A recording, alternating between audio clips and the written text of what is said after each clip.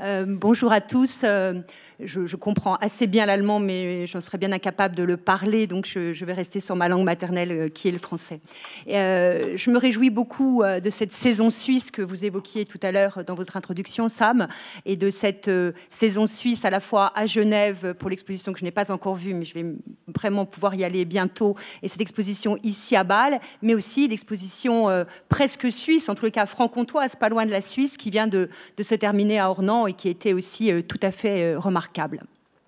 Et c'est vrai, on l'évoquait tout à l'heure, la question de la modernité de Courbet est une question extrêmement intéressante à se poser. En préambule, je voudrais revenir sur le fait que, d'une certaine manière, depuis les 30 dernières années, ou presque d'ailleurs 40 ans, depuis 1977, l'exposition qui avait eu lieu au Grand Palais avec le commissariat d'Hélène Toussaint, il y a eu beaucoup de nouvelles approches autour de Courbet. Nouvelles approches, d'une certaine manière, à la fois bien sûr interprétative, mais aussi factuelle.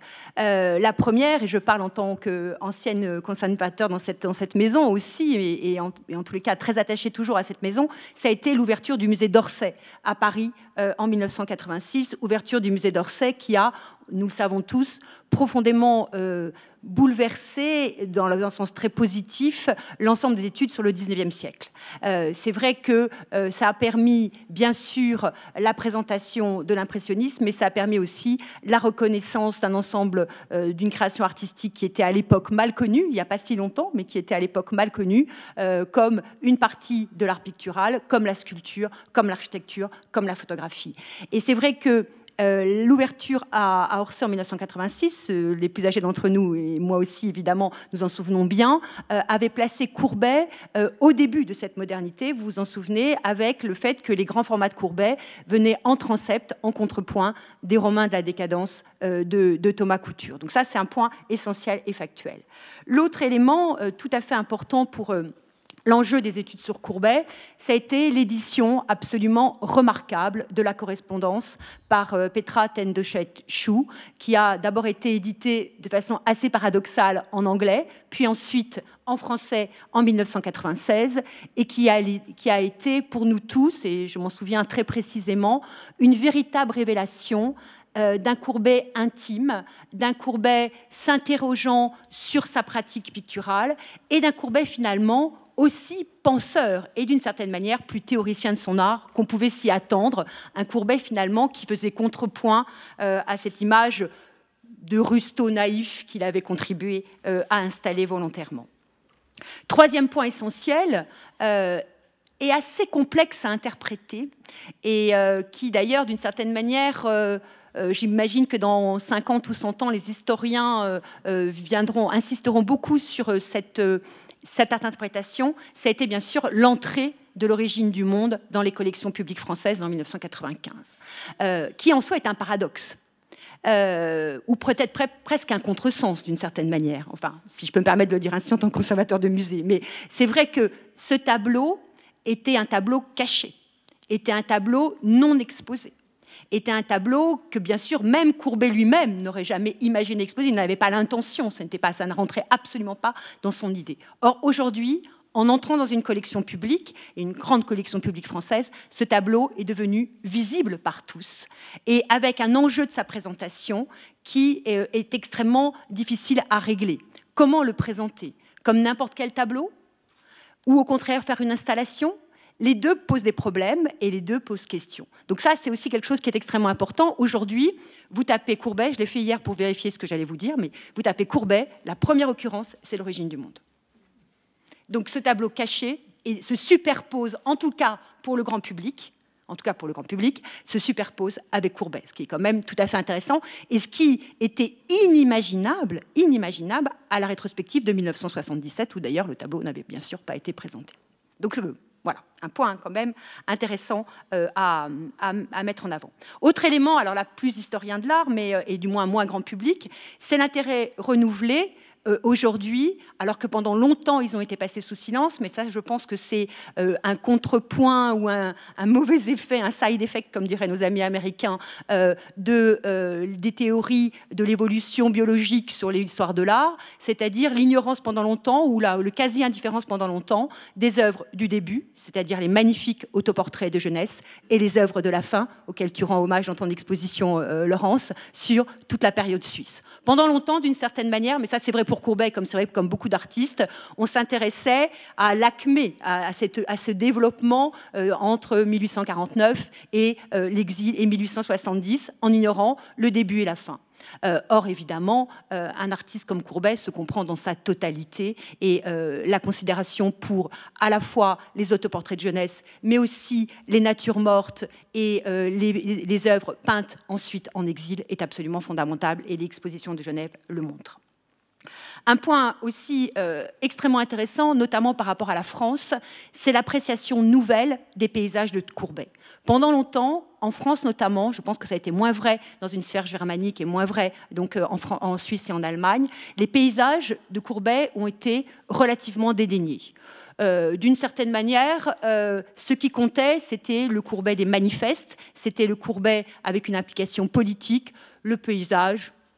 C'était quelque chose qu'il avait fait parce que ça lui plaisait, parce que ça se vendait bien, et à tel point d'ailleurs qu'au début des années 1980, donc il n'y a pas si longtemps, les musées français n'ont même pas considéré acheter le chêne de Flagey qui a été récemment acquis par le musée Courbet à Ornans. Ce tableau qui était vendu par l'Academy of Fine Arts de Philadelphie était donc en vente pour une somme relativement modeste à l'époque. Ça n'a même pas été considéré par nos collègues à l'époque, parce qu'on considérait que des paysages de Courbet, on en avait beaucoup.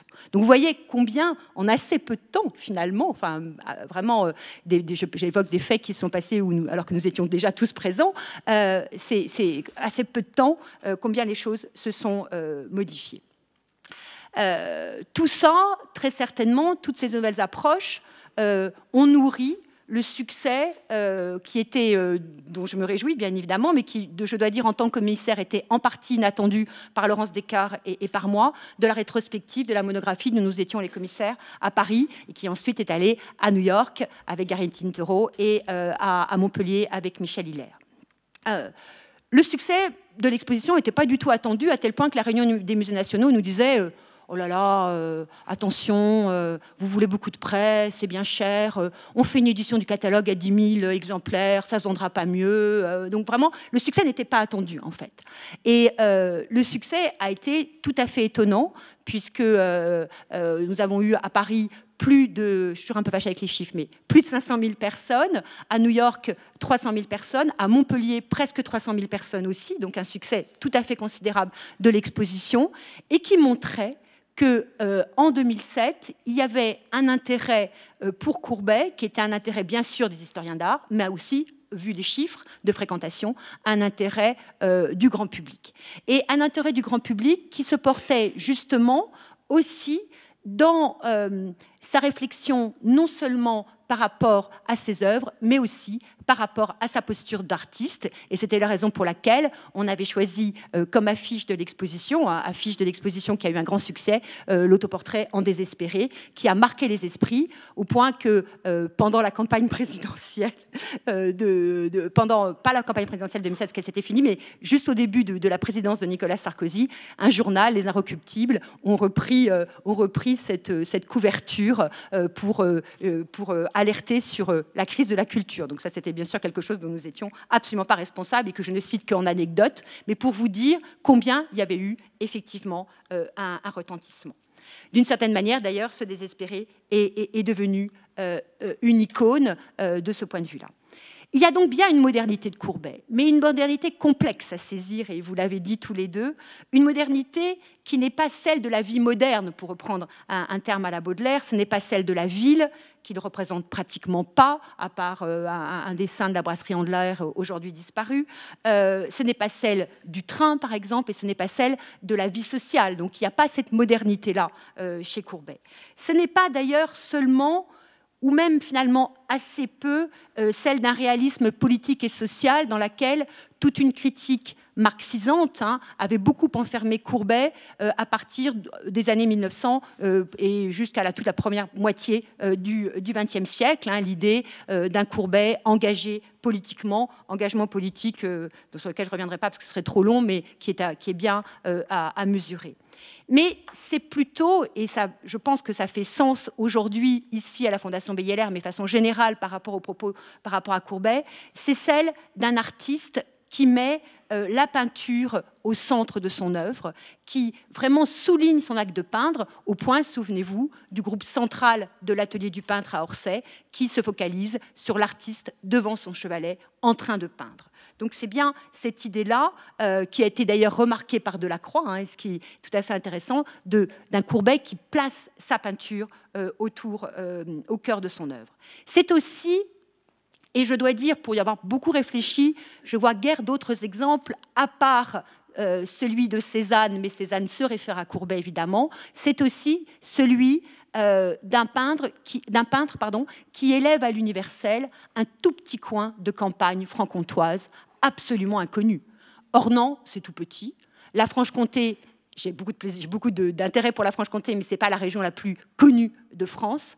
Or, Courbet réussit à élever à l'universel ce paysage qu'il connaît bien, ce paysage qu'il parcourt à pied, ce paysage dont il a une vision intime.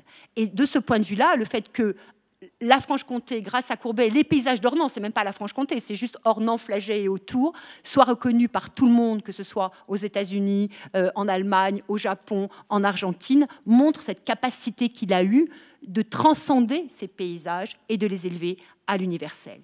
Il y a aussi, dans sa pratique du paysage, et ça a été souligné tout à l'heure, une réflexion plutôt germanique et philosophique qui est celle du Wanderer. Il y a effectivement du Wanderer chez Courbet.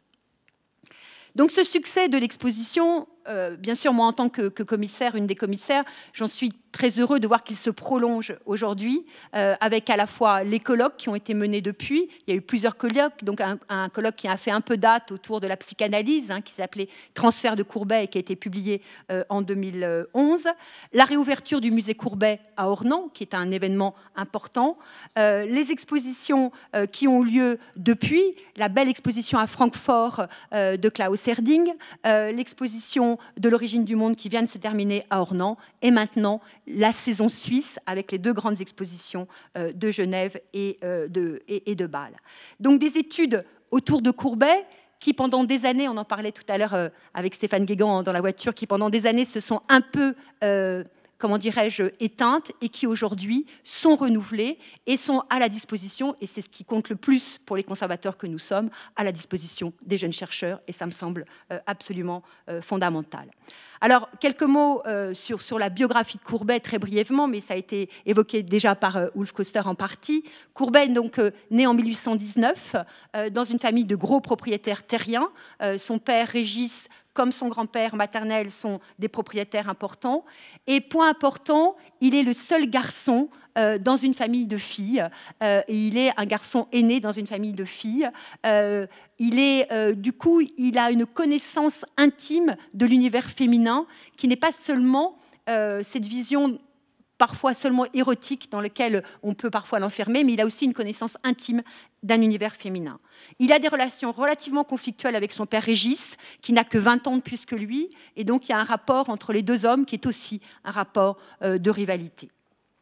Il a, et je l'ai évoqué tout à l'heure par la peinture de paysage, un attachement viscéral à Ornans, à sa région, qu'il quitte cependant très tôt, en 1839, il a donc 20 ans, pour aller à Paris, qui est bien sûr le lieu nécessaire à sa réussite, mais il revient à Ornans chaque année, régulièrement, à l'automne, pour rêver, pour chasser, pour pêcher, pour rêver, pour peindre, pour marcher dans cette... Donc il y a un rapport au paysage qui est un rapport à la fois de jouissance personnelle, de mélancolie, mais aussi de création.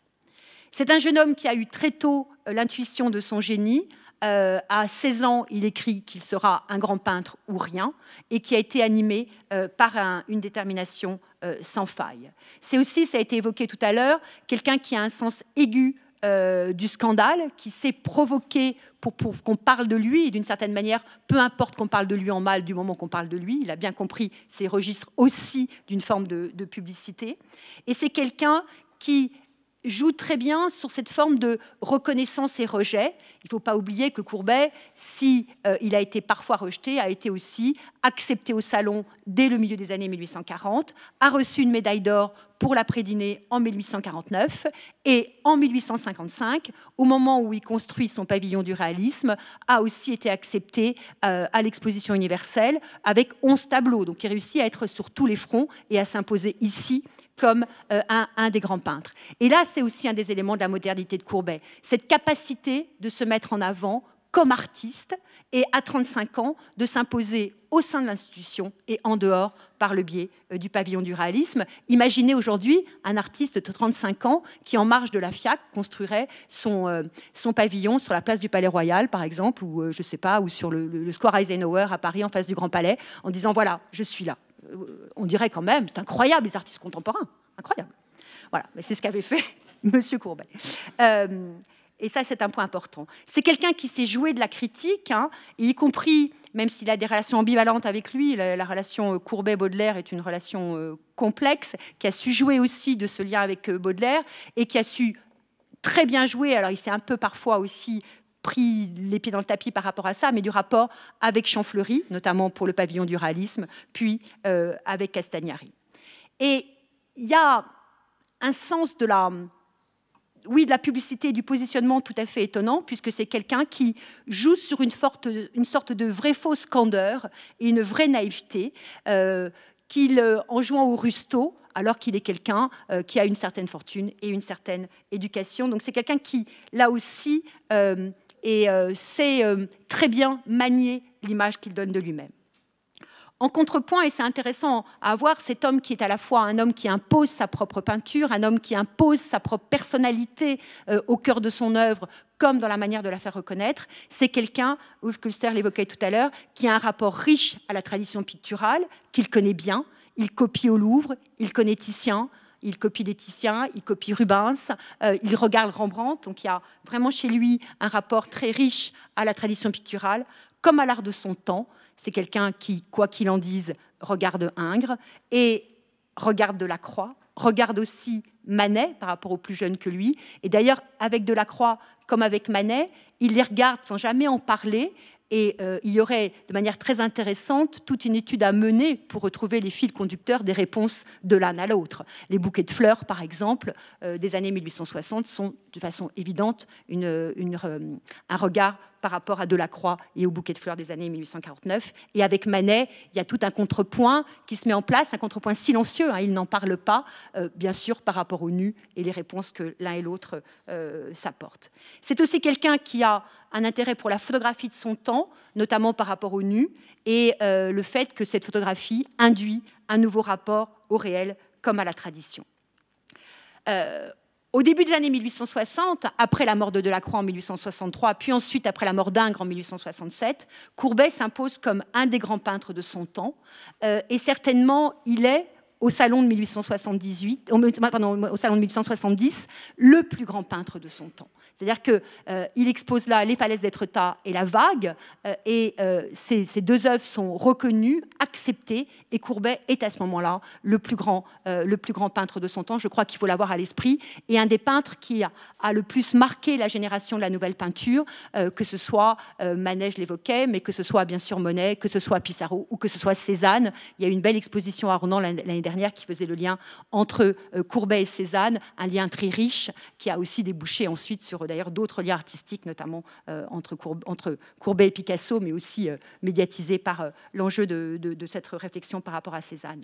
Donc, il y a quelque chose aussi de cruel dans le destin de Courbet, et c'est peut-être pour ça qu'il est moderne aussi, dans son rapport non seulement à la publicité et à la mélancolie, mais aussi de la cruauté de son destin.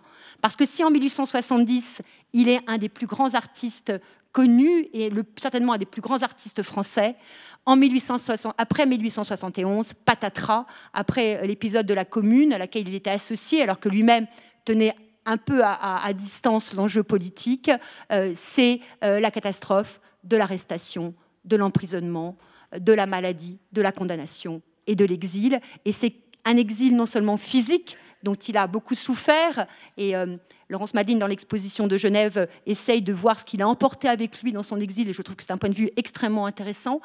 Cet exil donc, dont il a beaucoup souffert, mais qui est un exil aussi artistique, parce que non seulement il est exilé en Suisse, mais il n'est aussi pas accepté au Salon de 1872, pas accepté à l'Exposition universelle de Vienne de 1873. Donc c'est vraiment, il y a là quelque chose de l'ordre du destin extrêmement cruel et qui aussi joue dans la reconnaissance de Courbet comme homme, comme de Courbet totalement dévoué finalement d'une certaine manière à sa peinture.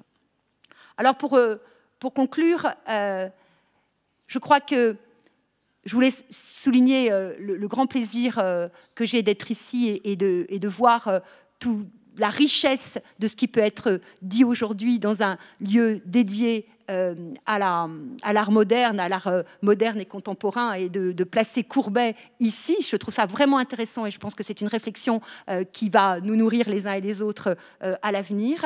Et je voulais rappeler peut-être combien, dans son rapport au réel, Courbet met en place beaucoup moins un réalisme positiviste, comme ça a pu être dit pendant longtemps, et notamment dans la première moitié du XXe siècle, mais plutôt un réalisme intime, subtil, sensible, qui est finalement un nouveau regard sur la place de l'artiste et la création artistique. Et donc un débat qui est toujours vibrant aujourd'hui et que Courbet porte haut et fort. Merci beaucoup.